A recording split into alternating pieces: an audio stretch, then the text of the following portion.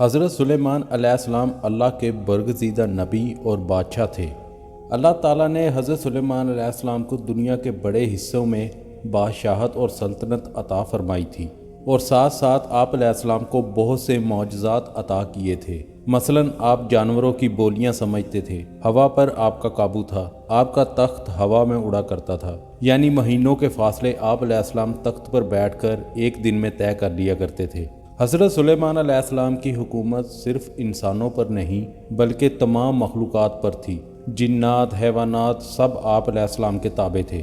حضرت سلیمان علیہ السلام نے اللہ سے دعا کی تھی کہ مجھے ایسی سلطنت عطا فرما جو میرے بعد کسی کو نصیب نہ ہو، لہٰذا آپ علیہ السلام کو ایسی بادشاہت عطا کی گئی تھی جو کہ نہ آپ سے پہلے کسی کو ملی اور نہ قیامت تک کسی کو نصیب ہوگی۔ لہٰذا جب حضرت سلیمان علیہ السلام نے دیکھا کہ اللہ تعالیٰ نے ان کے لیے دنیا کو وسیع کر دیا ہے اور اتنی ساری چیزوں پر اللہ نے انہیں قدرت دی ہے، تو ایک دفعہ آپ کے دل میں یہ خیال آیا، کیوں نہ میں تمام مخلوقات کو کھانا کھلاؤں۔ لہٰذا حضرت سلیمان علیہ السلام نے اللہ سے کہا، اے میرے رب، میری ایک خواہش ہے، اگر تو مجھے اجازت دے میں تیری تمام مخلوقات کو پورے سال کا کھانا کھلاؤں اور ان کی بہترین دعوت کروں۔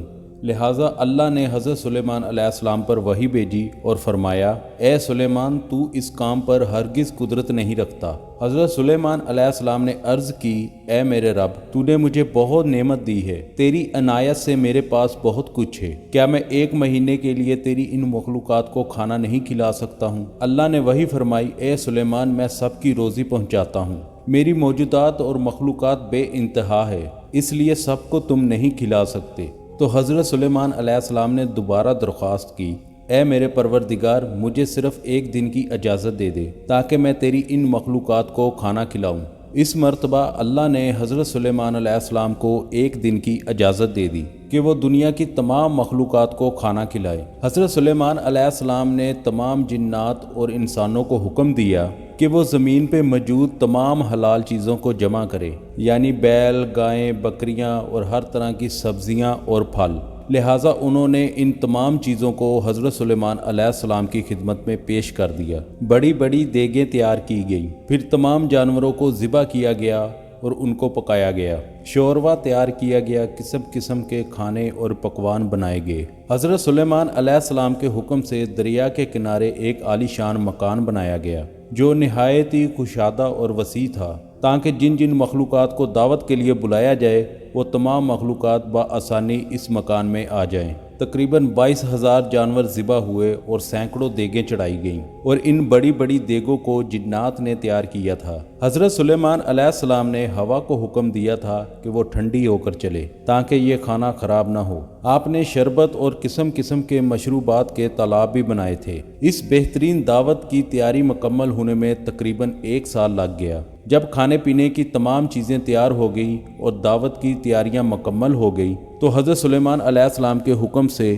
اس عظیم اور عالی شان مکان کے اندر دسترخوان بچھایا گیا۔ یہ دسترخوان اتنا لمبا تھا کہ اگر انسان اس کے ایک کنارے سے چلنا شروع کرتا تو دوسرے سرے تک پہنچنے کے لیے کئی دن کا وقت لگ جاتا۔ حضرت سلیمان علیہ السلام نے سارے جہاں کی مخلوقات میں یہ اعلان کروا دیا کہ کھانے کی دعوت ہے، لہٰذا سب حاضر ہو جائیں۔ انسان، چرند پرند، درندے، حیوانات، کیڑے مکوڑے، خشکی، تری اور ہوا میں اڑنے والے دیگر جانور، تمام مخلوق کھانے کی دعوت پر آ پہنچی اور اس مکان میں جمع ہو گئے۔ اب حضرت سلیمان علیہ السلام نے اللہ کی عظمت اور قدرت کو دیکھنے کے لیے تمام جمع شدہ مخلوقات کا مشاہدہ کرنا چاہا، تو آپ علیہ السلام نے ہوا کو حکم دیا کہ تخت کو ہوا میں اٹھا کر دریا کے اوپر مغلم رکھے تاکہ حضرت سلیمان علیہ السلام اپنی نظر سے اللہ کی قدرت کا مشاہدہ کر سکے۔ عین اسی وقت جب تخت ہوا میں معلم تھا تو ایک مچھلی نے دریا سے سر نکالا اور حضرت سلیمان علیہ السلام سے بولی،